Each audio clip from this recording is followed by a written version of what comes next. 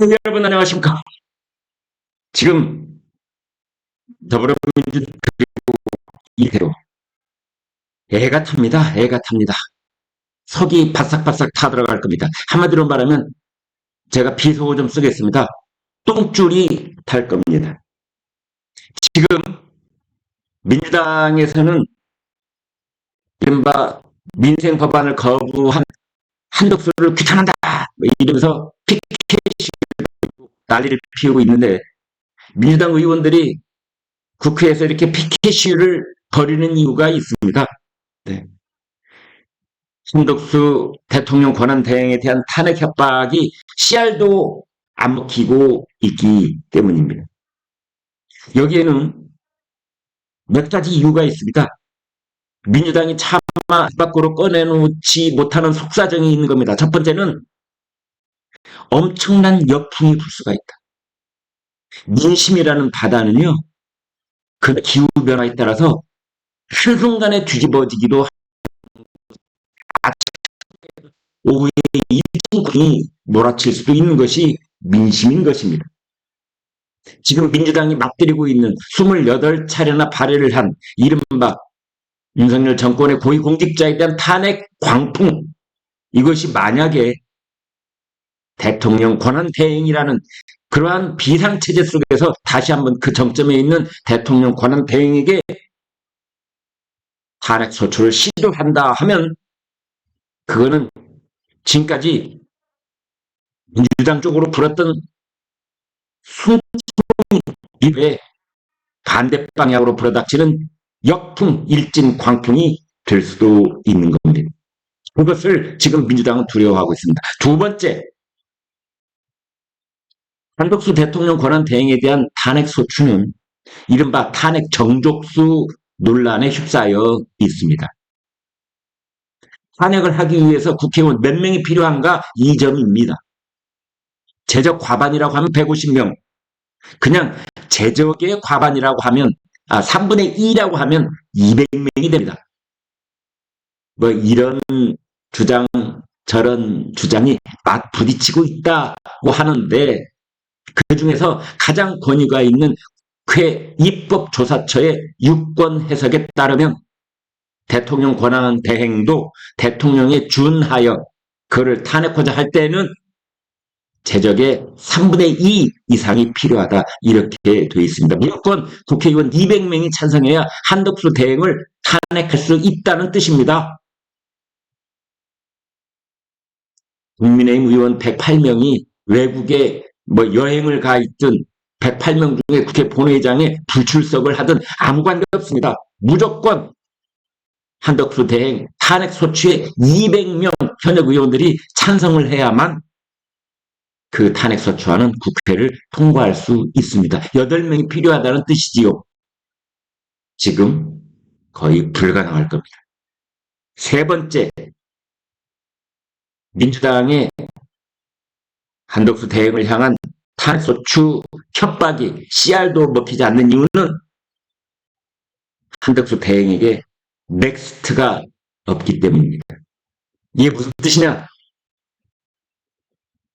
모든 정치라고 하는 것은 대권 욕심을 노골적으로 표현하는 것들이 부딪혀요. 대권을 향한 마지막 고지를 향한 그 정치적 의지가 부딪히는 이라고 볼 수가 있는데 이때 바로 그 대권 욕심 때문에 때로는 무릎을 꿇기도 하고 때로는 고개를 숙이기도 하고 때로는 상대편 바짓가랑이 밑을 기기도 한 것인데 만약 대권에 관한 뜻이 없다면 만약 넥스트가 없다면 이 다음을 생각하지 않는다면 그 사람은 가장 강력한 힘을 갖게 되는 겁니다. 이게 정치의 역설이기도 합니다. 그런 사람이 지금 우리나라에서 최고 1인자 이른바 대통령 권한대행이라는 비상대권을 쥐고 있는 1인자일 때 그 사람은 가장 강력한 힘을 갖게 되는 겁니다. 만약 한덕수 권한대행이 조금이라도 이 다음에 나는 어디로 가지? 내가 전국을 안정적으로 운영하면 나에게 혹시 대권의 기회가 올까? 이런 생각을 만분의 일이라도 갖게 될 때 한덕수 대행은 이재명 대표와 민주당의 여러 가지 제안 혹은 협박에 대해서 당당하게 맞서지 못하는 것입니다. 그런데 현재까지도 한덕수 권한대행은 만약 민주당 당신들이 나를 탄핵하면 나는 모든 것을 훌훌 던져버리고 집에 갈 수 있다. 이런 입장을 보이고 있기 때문에 민주당이 한덕수 권한대행 앞에 꼼짝을 못하는 겁니다. 겉으로도 꼼짝을 놓고 당 어떻게 지만 속내는 똥줄이하고 있는. 이재명 대표 입장에서 보면은 사실은 윤석열 대통령을 탄핵 소추를 국회를 가지고 것처럼 보이지만 어쩌면 대권이라는 찰떡이 입안에 와서 입을 앙 다물기만 하면 그 찰떡이 목구멍을 꿀꺽 넘어갈 수 있을 것처럼 보이지만 그렇지 않습니다. 지금 속이 타고 있는 건 이재명입니다. 첫 번째, 선거법 위반 항소심 재판부의 시계가 째깍 흘러가고 있습니다. 저희 구생활 때 이런 얘기들을 많이 했습니다. 거꾸로 이러면서 고달팠던 군 생활의 시간을 견뎠던 기억이 납니다만 지금 이재명에게는 항소심 재판부의 시계가 째깍 흘러가고 있는 겁니다. 저녁에 잠자리에 누우면 아마 그 시계 축침 소리가 들리는지 모르겠습니다. 두 번째, 그제 이화영 전 경기도 평화부지사 항소심 선고가 나왔죠. 항소심 선고라고 하는 것은 법리 해석을 제외한 모든 사실심 이게 끝났다는 뜻입니다. 이화영이 800만 달러를 불법으로 북한에 보냈고 그중 300만 달러가 이재명을 위한 방북 비용이라는 그 사실 이건 이제 바뀔 수 없다. 대법원에 가도 이런 뜻입니다. 이화영 7년 8개월 징역형을 받았습니다. 사실심이 확정된 겁니다. 검찰의 공소장에는 이화영과 이재명이 공소시가 되어 있습니다. 물론 재판부는 이재명에 대한 판단은 보류를 했습니다. 왜? 이재명에 대한 재판은 따로 지금 기소가 되어 있고 재판이 진행되기 때문에. 그렇지만 이화영이 사실상 징역 7년 8개월이 확정되어 있다는 것에 대해서 이재명은 자기 목 근처에 와 있는 어떤 끝에 이 서늘함을 느끼고 있다. 저는 그렇게. 그 다음에 이재명이 애가 타는 세 번째 이유는 바로 헌법재판소 윤석열 대통령의 탄핵 소추안 그 결정이 기지야 세월이라는 뜻입니다. 지금 경찰은 경찰대로, 경찰은 경찰대로, 이것이 특검으로 넘어간 특검대로, 뭐 공조수사본부면 공조수사본부대로 지금 수십 명 군 간부들을 불러다가 족치고 있지 않습니까? 이것이 이재명의 길목을 잡을 겁니다. 지금 이재명에게는 이게 순풍을 단 것처럼 천만에 그렇지 않습니다. 우리나라는 헌법재판소 재판이든 공판 우선주의를 강하게 적용하고 있습니다. 이 공판 우선주의 민주당이 부르짖어서 그렇게 내놓은 겁니다. 이재명도 그렇고 재판에서 그 앞에 검찰에 불려가서 얘기했던 이화영 재판정에 나와서 나는 그런 거 한 적 없습니다. 재판부가 나한테 술 사주고 연어 사주고 그래가지고 내가 그때 헛소리를 짓거렸습니다. 이제 판사님 앞에서는 제가 진실을 말하겠습니다 하면은 모든 게 다 뒤집어져 버립니다.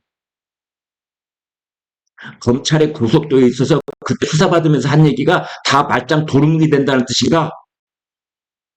지금 계엄 선포 하에서 내가 군 병력을 어떻게 동원을 뭐 선거관리위원회 어떻게 진출했고 대통령이 나한테 전화를 몇 번 했고 뭐 이 기타 등등 별소리를 다 짓거려대는 그 비겁한 군 간부들 있지 않습니까?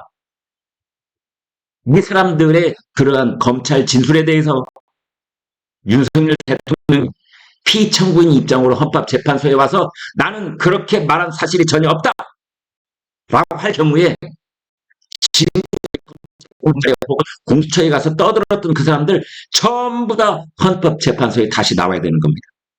그래서 헌법재판소 재판관들 앞에서 자신들의 진술을 다시 해야 되는 겁니다.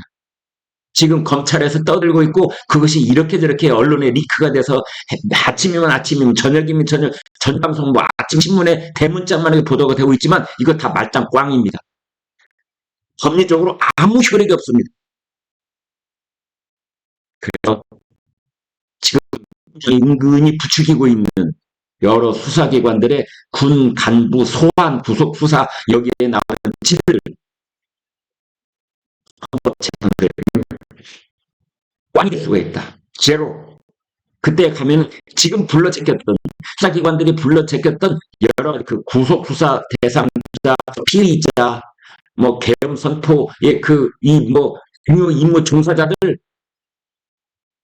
이 사람들을 불러오면 불러올수록 그 사람들이 고스란히 헌법재판소에 가서 다시 한번 증언을 해야 될 가능성이 매우 높고 윤석열 대통령 측 변호인단은 이 사람들 명단 다 적어놓고 플러스 또 필요한 사람들 다 불러오면은 심지어 뒷전사에 이 부사관들까지 다 불러오면은 자가 수백 명에 이를 수도 있다.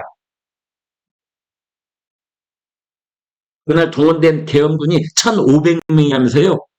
1,500명 다 부를 수도 있습니다. 극단적으로 그러면 헌법재판소에 언제 낼지 모릅니다.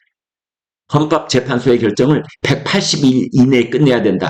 6개월 이내에 끝내야 된다. 이렇게 되지 않습니까? 이건 강제 규정이 아닙니다. 법원에서 선법 위반, 1심은 6개월 이내, 항소심은 3개월 이내, 대법원 3개월 이내, 6.3순 법칙이라고 있는데 이건 역시 훈시 규정이고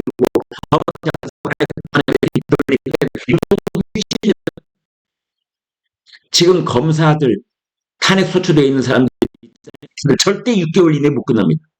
이준석 가보면 6개월 이내에 못 끝냅니다.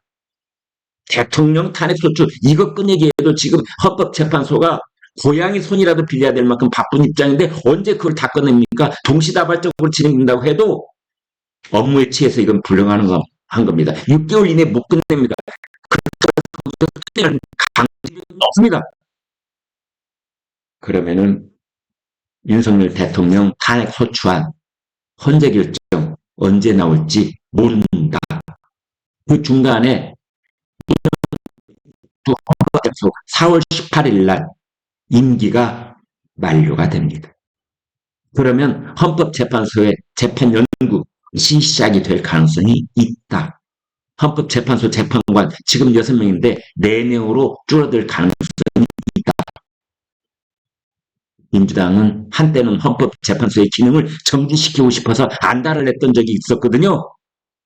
그것이 지금 민주당의 발목을 다시 붙잡고 있는 겁니다.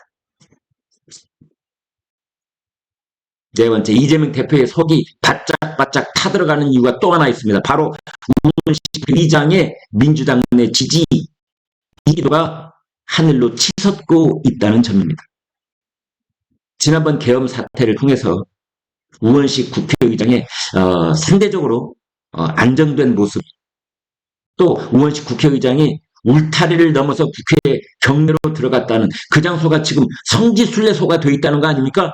우리 국회의장이 이곳을 다 넘어 들어가서 계엄 선포를 해제해달라는 요구안을 가결시켰구나.